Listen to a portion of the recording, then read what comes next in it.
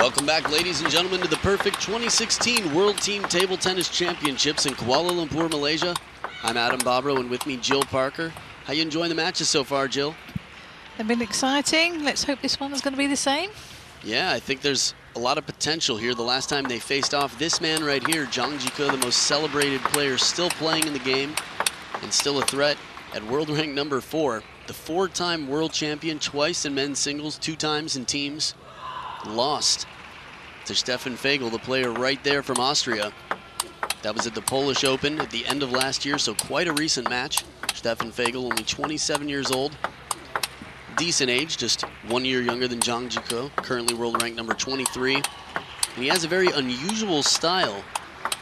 We were talking a little bit before about how Fan Zhendong was won game 1, essentially 11-0, and then the next 2 were Stefan Fegerl. He plays a lot of passive shots, taking the pace off the ball, redirecting, short stroke counters, keeps his racket up high. But one thing I will say that is very effective about Stefan Fegerl's game is his service. There are 2 generations of legends right there. Lu Guoliang, over the years a Grand Slam winner, Olympics, World Championships, Men's World Cup. And another one on the court, Zhang Jike has accomplished that feat, alongside Jan-Ove Waldner, who recently retired, officially retired from league play tournaments as well. And Kong Ling Hui, another coach. Got some of the top Mexican players right there. Boschka, some of the Eastern European stars. So as far as Zhang Jike's health, the German Open, he had to get a shot in his back.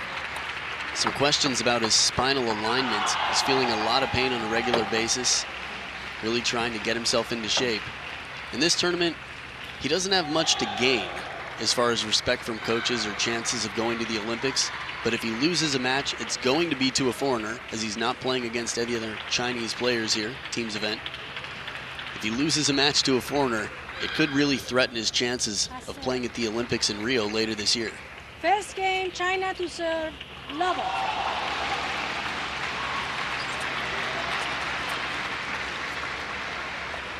So Zhang Jike is going to start off with the serve. Little edge tape ritual that we see him do before he starts.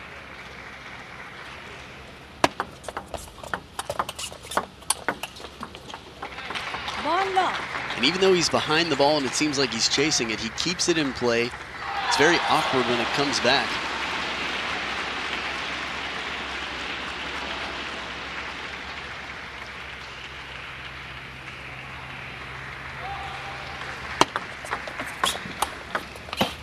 Back edge of the table to keep it low. A little bit of fortune for Zhang Jike.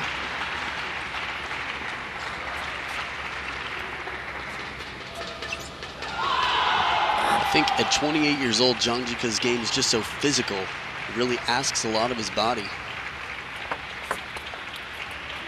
1-2. Jill, have you had a chance to watch Stefan Fegerl play any matches in recent years? No, this will be the first time I've seen him play. Pretty peculiar serves, huh? Certainly is. It's unusual, unorthodox. But if it's effective, then why not? Yeah, and I think the element of surprise is so valuable at the top levels of play that unorthodox can often be quite rewarding. As long as they've got the variation of serve and spin and direction, that's all that matters. Absolutely. A thinker's game out here, clever combinations. You're always playing a different opponent. Whoever's on the other side of the table is the person you have to beat, whatever their skill sets are. 4-1.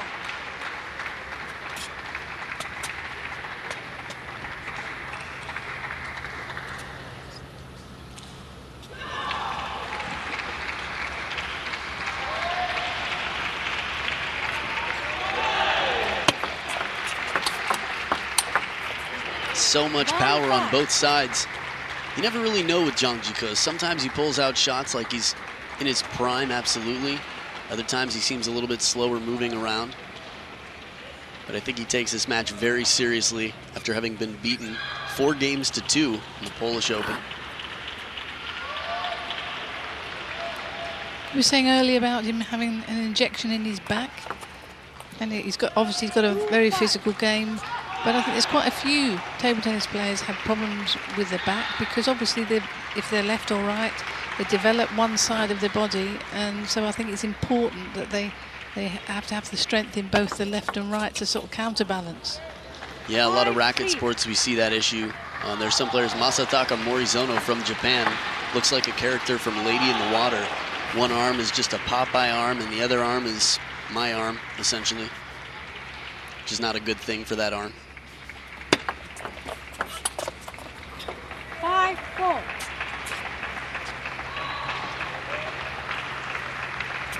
Yeah, I think also there are a lot of still shots of Zhang Jike coming in over the forehand side of the table with his backhand. The modern receive, the banana flip that Fan Zhendong does so well, and Zhang Jike as well. That really asks a lot, caving the back. Such smooth technique. I mean, he's really physically quite strong, but it just seems so effortless when he passes through the ball.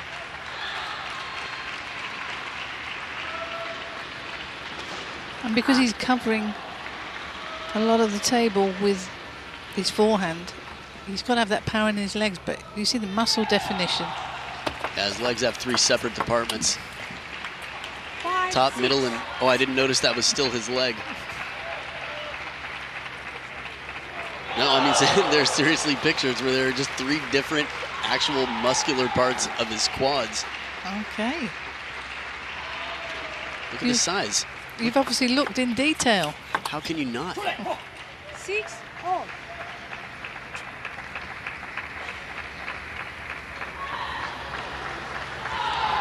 You were talking about how he plays the forehand a lot, covers most of the table with it. I think Zhang Jike, one of just a few players to have so much power and confidence with his backhand from off the table, no problem. He can finish a point from almost anywhere with his backhand. Him, Ma Long. With any consistency, I think Fan Zhendong. 7-6. He seemed a little bit stood up right there. Shot was a little bit more punchy, a little bit more awkward than usual for Zhang Jike. And look at the score, Fegerl leading 7-6.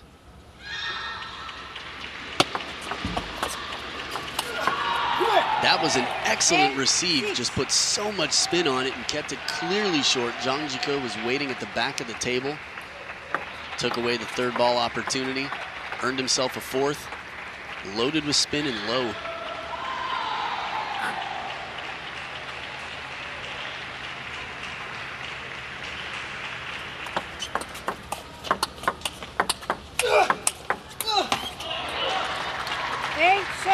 If there's any way to test effort on a shot vocally, there's no question that Stefan Fegerl is trying to put some winners on the table as soon as he gets the opportunity. Just misses the contact on the next ball. The pace and the spin that Zhang Jike puts on it, ball's really jumping out at Fegerl.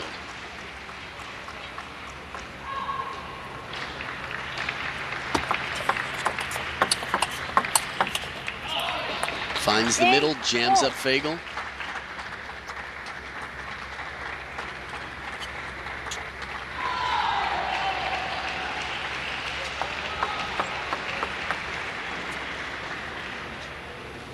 So not only the serves giving such an advantage to Fegerl, but his receives have also been quite helpful. Once the rally gets started, I definitely favor Zhang Jike.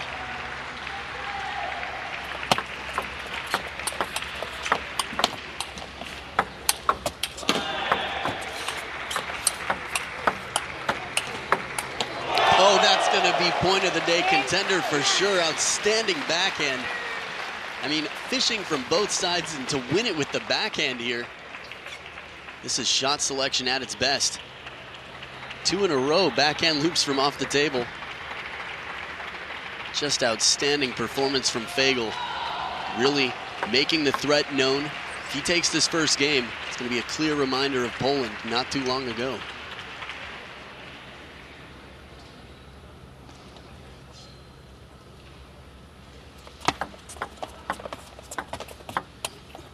Two pushes in a row, but this one's deep and fast. Varying his placement, not really allowing Zhang Jike to get too settled for his shots. And now 2 game points for Fegerl. And even better, he's got his serves. Jill, there's one serve that Fegerl does where he drops his racket at the point of contact, backing up off the ball. It's so unusual. I haven't seen it as much lately. Maybe it's because it's been studied and figured out. But the subtle contact he does with the inside-out spin, very effective as well. Game 1 to Fegerl. Strong start, 11 points to 8, and Zhang Jike is going to be feeling the pressure of this match. Don't go anywhere. Stefan Fegerl leading 1-0.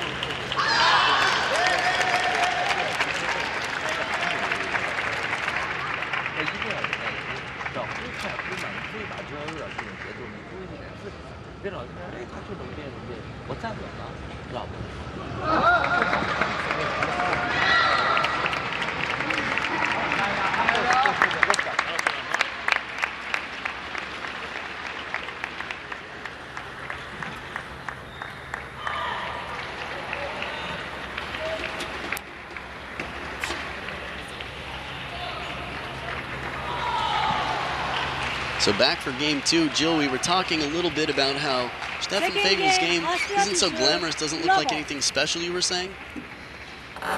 No, but he always seems to be there. He's in a position, he's retrieving, and then when there's a ball there to attack, he attacks.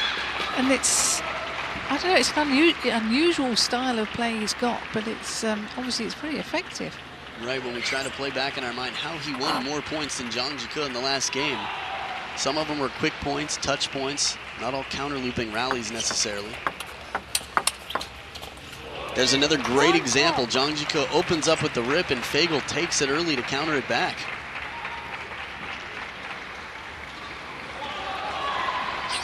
And that's another example again of how moving on the run and still making a threatening shot. Ma Long demonstrated it quite well in pretty every match of the last 2 years of his life. 1-2. Pressure building, service error.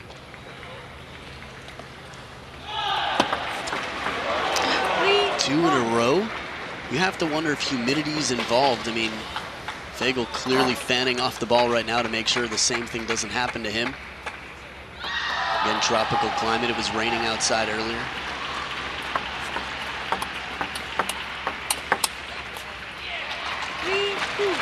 Feels like it's been a little while since we've seen Zhang Jike overpower Fegerl.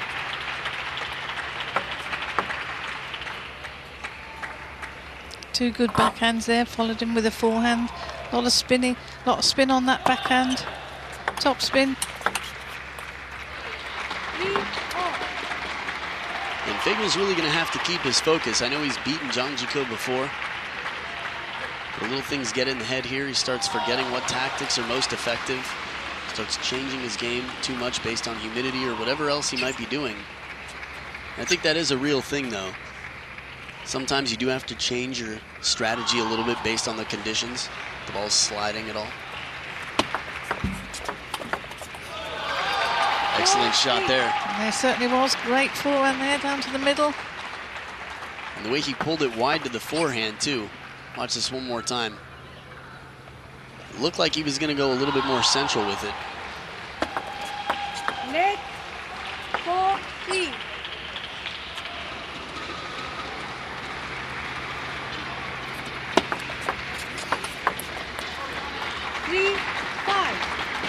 So that's 4 points in a row for Zhang Jike after being down 1-3, serving 2 serves into the net. At least off the table.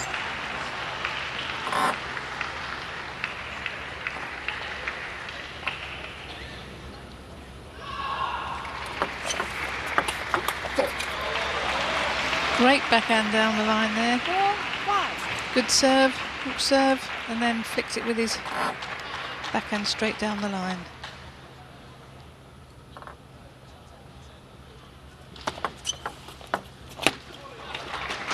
Saw a little apology there from Zhang Jike. Maybe the contact wasn't completely clean, caught the edge of the racket. Yeah, but the ball definitely stayed low, and by the look on Stefan Fegerl's face, it was that checking of the table, like, oh, that's not supposed to happen.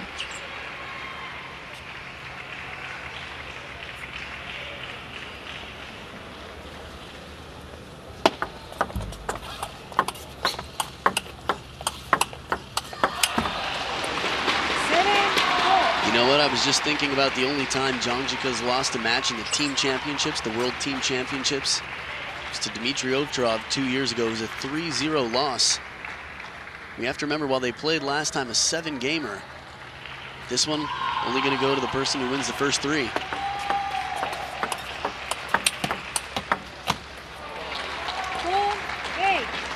And the pace of Zhang Jike's shots, if the placement's right, he should be able to cause a little bit more trouble to Fegerl than he did in game 1. Keeping it deep on the table. And there's some of the awkward movements you're talking about. Not quite a typical stance or stroke. But you know what? Technique is whatever works. That's right. If we all had the same technique, it would be quite boring, wouldn't it? Absolutely. Just missing the short corner of the table. That bend-away block from Fegerl off the bounce. Still keeps the pace on. You'll be able to see it here. Just hits the outside of the ball. You can see how demanding that is on Zhang Jike's body to make those moves.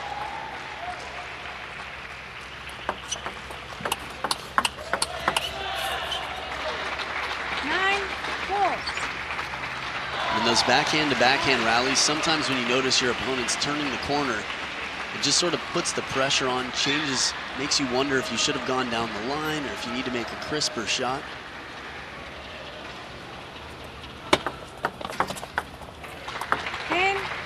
Now 5 game points for Zhang Jike to even up the score in games. And he does it.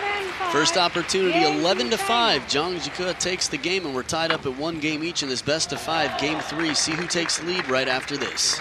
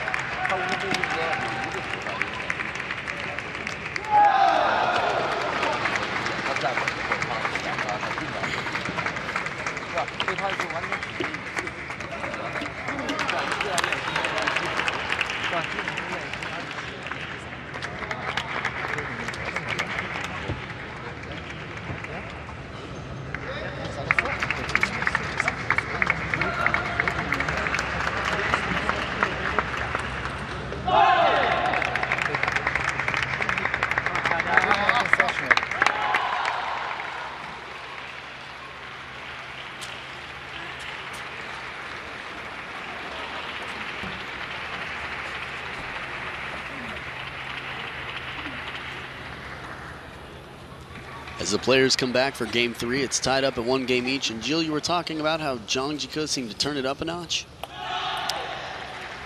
Yes, he obviously was probably berating himself for losing that second game.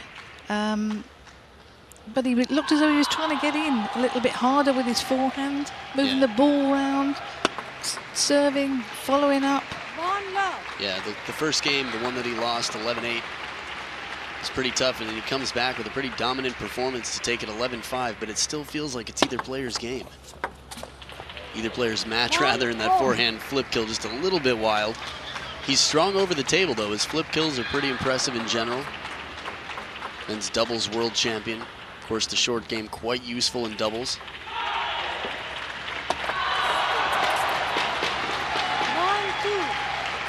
Now, I misspoke earlier. For anyone who's been watching the broadcast the whole time, I said that Zhang Jike has only lost 1 time in a world championship.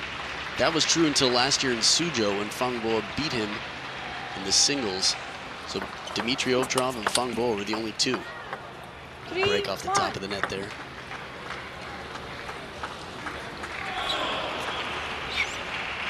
Toward the end of game 1, when Fegerl really stepped ahead, there were a few big backhand counters, some defense from off the table, some real variety to the shots. What unusual looking forehand shots. It's something between a block. It almost looked like a chop, but without the underspin on it.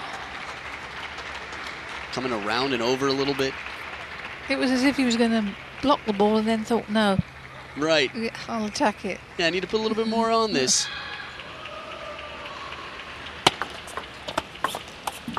There it is again, but this time it works. A little bit of side spin, making the ball kick, changing the pace.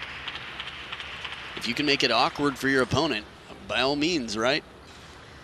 That's right, because sometimes it's the unorthodox that wins the point. I think the Swedish national champion one year, he's got anti-spin, playing the C. Miller grip, the windshield wiper grip. It's unusual, you just don't see. I mean, when's the last time you saw a player, I don't know, using anti-spin in the top 200 in the world? It's pretty rare. I think that's the only one I can think of from Sweden.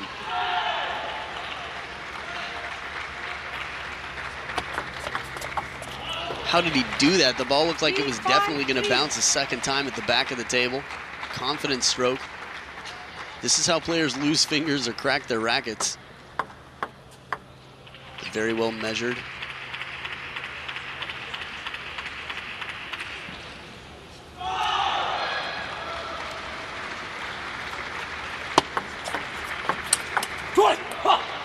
He's getting fired up a bit. And this is something else we were talking about, Zhang Jike and motivation. A lot of fans around the world question when he's motivated.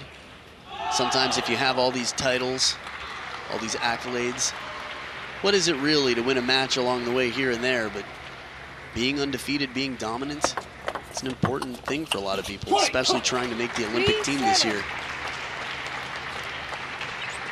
Well, yes, and the Chinese have got so many good players.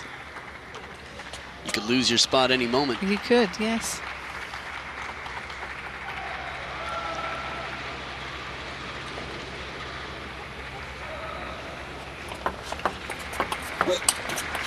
Bit of side spin on that to make it bend away. What you brought up about the so many good players really does put the pressure on everyone on the Chinese national team to be performing at their best. So players who leave, play for another country, Feng Tianwei, many others all around the world, have a longer career because their spots aren't quite as threatened. You know, they can really take care of themselves without having to push so hard. Yes, that's right. And there's so many Chinese players now that are playing, you know, for European teams. And as you say, they can prolong their career. Right. Like on the women's side for Germany, for example, their two best players, Han Ying and Shan Xiaona, aren't able to play for the National Association in this tournament. And it's really a game changer for how their team stacks up on the world rankings.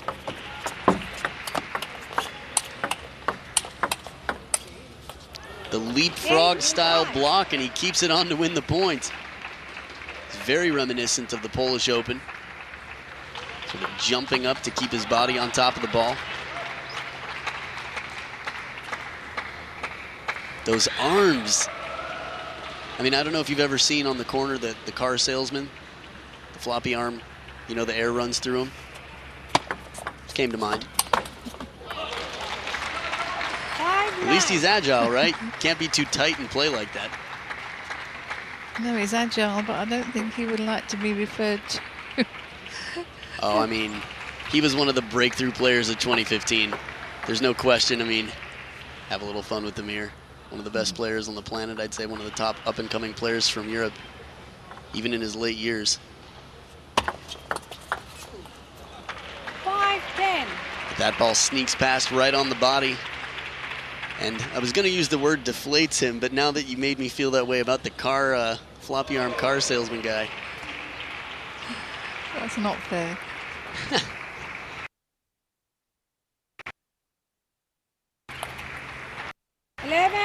And it's another 11-5 victory. Two dominant performances in games 2 and 3, and Zhang Jike redeeming himself so far after game 1. We'll see what happens in game 4 if Stefan Fegerl can send it to a 5th just after this.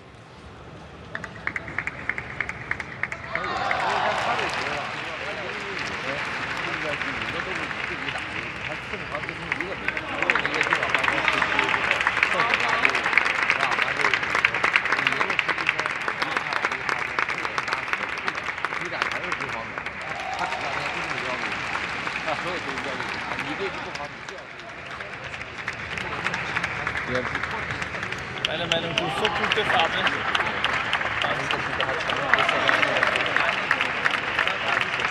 Hast du versucht, gerade zu fähren und haben das andere?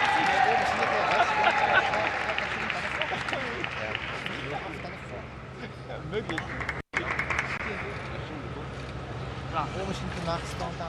Come on, Alex, go, go!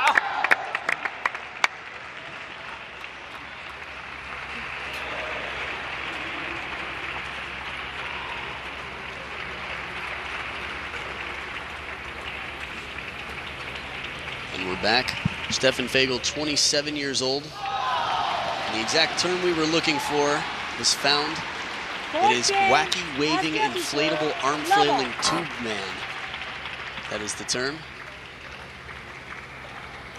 But this close to being the Polish Open champion, a major series. A strong start here in the fourth.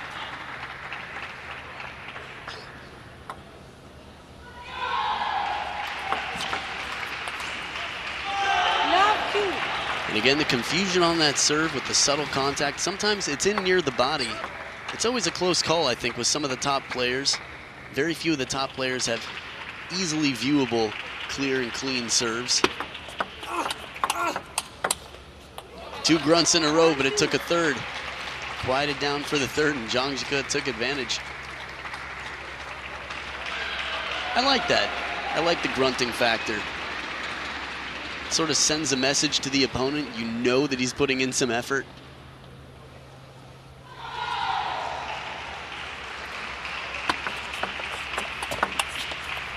There's that shot again.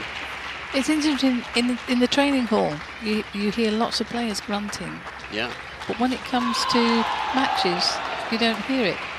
Occasionally there is the player, I remember from Croatia.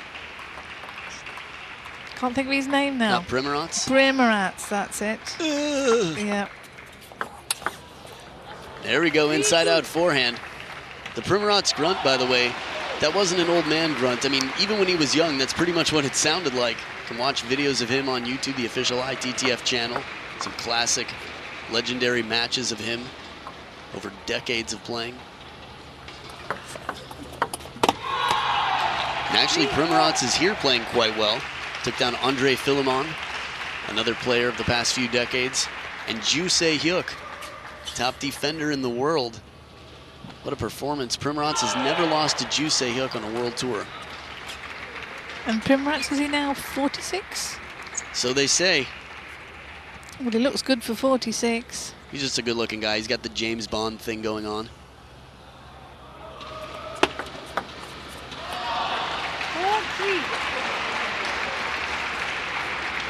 So a tight game here. A few of those grunting backhands. I think one thing Fegerl does really well that could be effective out here, some of those bending blocks out wide to the forehand. And much like Gardoche did to Ma Long a few times, keep him pinned in the backhand corner and then break it out. Some element of surprise. Speaking of surprise, where'd that come from? Steps into the middle, blasts it out to the wide forehand. That over-the-table receive, he didn't even look like he was over the table when he did it, just right at the back edge, but still got so much wrist on it.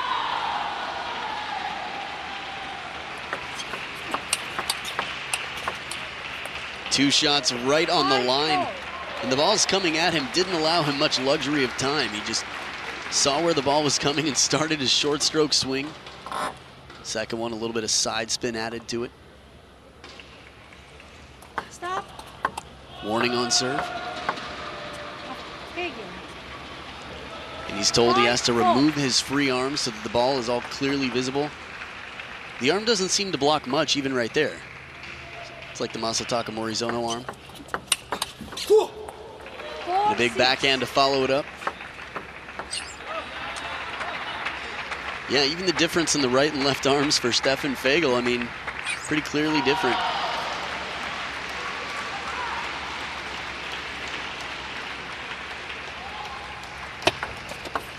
Net 4-6. I think that's the imbalance you were talking about that can lead to back problems.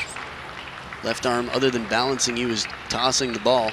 A lot less work, say, than ripping forehands time after time. 5-6. It's a frustrating feeling when you're playing a strong player and you know that you need to take advantage of any loose ball. That serve was attackable for Stefan Fegerl.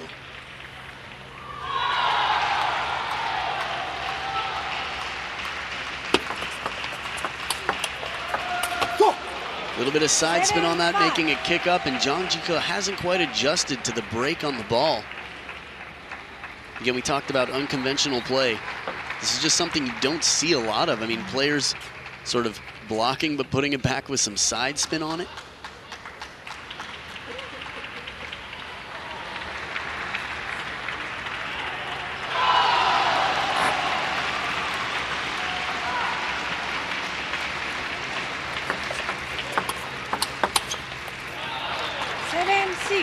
Right idea. The timing of that shot, though, seemed like even if he made that, it just wasn't wide enough to be a real threat to Zhang Jike.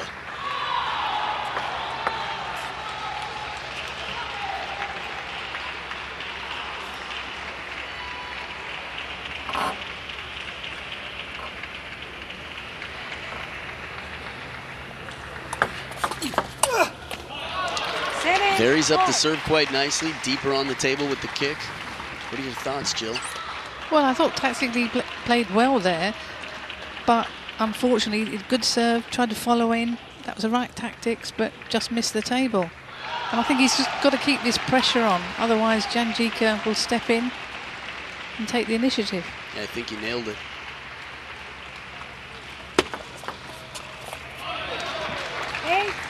Timeout here. Stefan Fegerl gonna head over to the corner, talk to Chen Li. Now Lu Guoliang's gonna have some stuff to say to Zhang Jike as well. I mean, this isn't a clear, it's not a 2-0 lead right now. It's a 1-point game. Game already been dropped to Stefan Fegerl.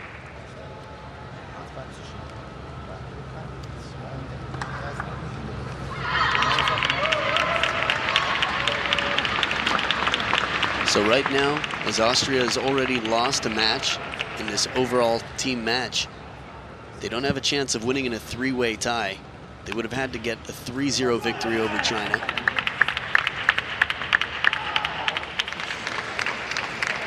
As far as placement in the group, couldn't hurt to pull off a victory 3-1 over China. Seems difficult to imagine, but this game right here, this match, very possible. We've seen it done before recently.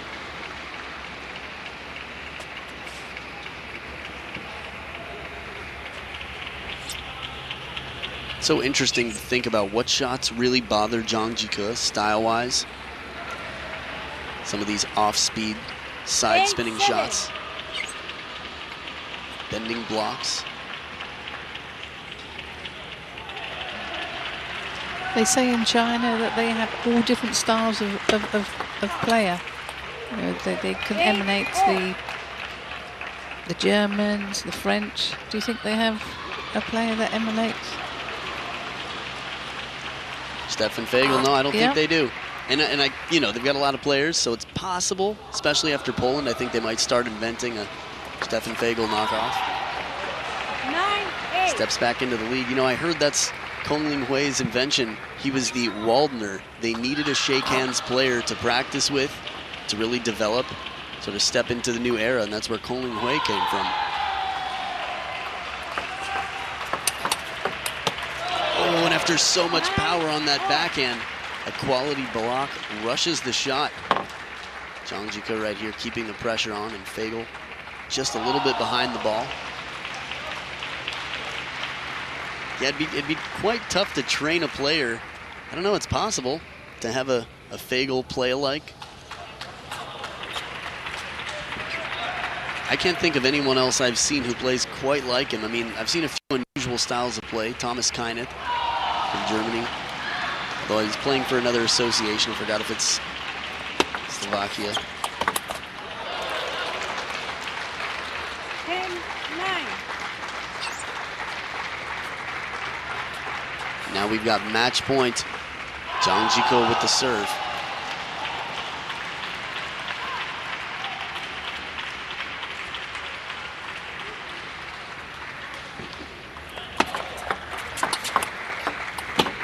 Ooh! going to deuce. Fegerl staying alive. The change of pace shot. Manages to get back a rocket backhand.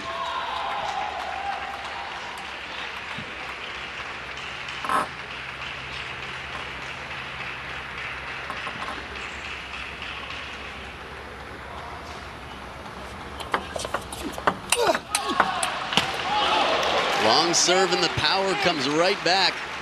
The grunt was there, but Zhang Jike gave a grunt back. Short side of the table, just overshooting. And now the timeout by Lu Goliong.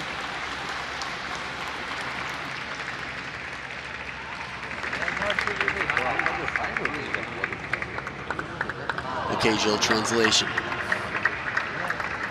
Unfortunately, I can't understand Chinese. Just take your guess, just go for it.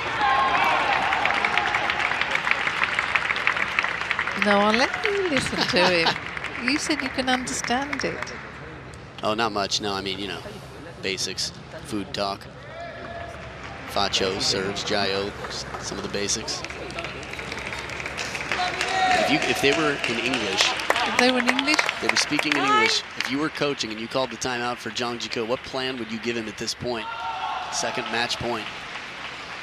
well, I'd be telling him to get in as much as possible, you know. Stay near the table? Yeah, stay near the table and open up. So it's his service, he's got a tight serve, and then in he goes. Half long to the middle? I hope so. We'll see.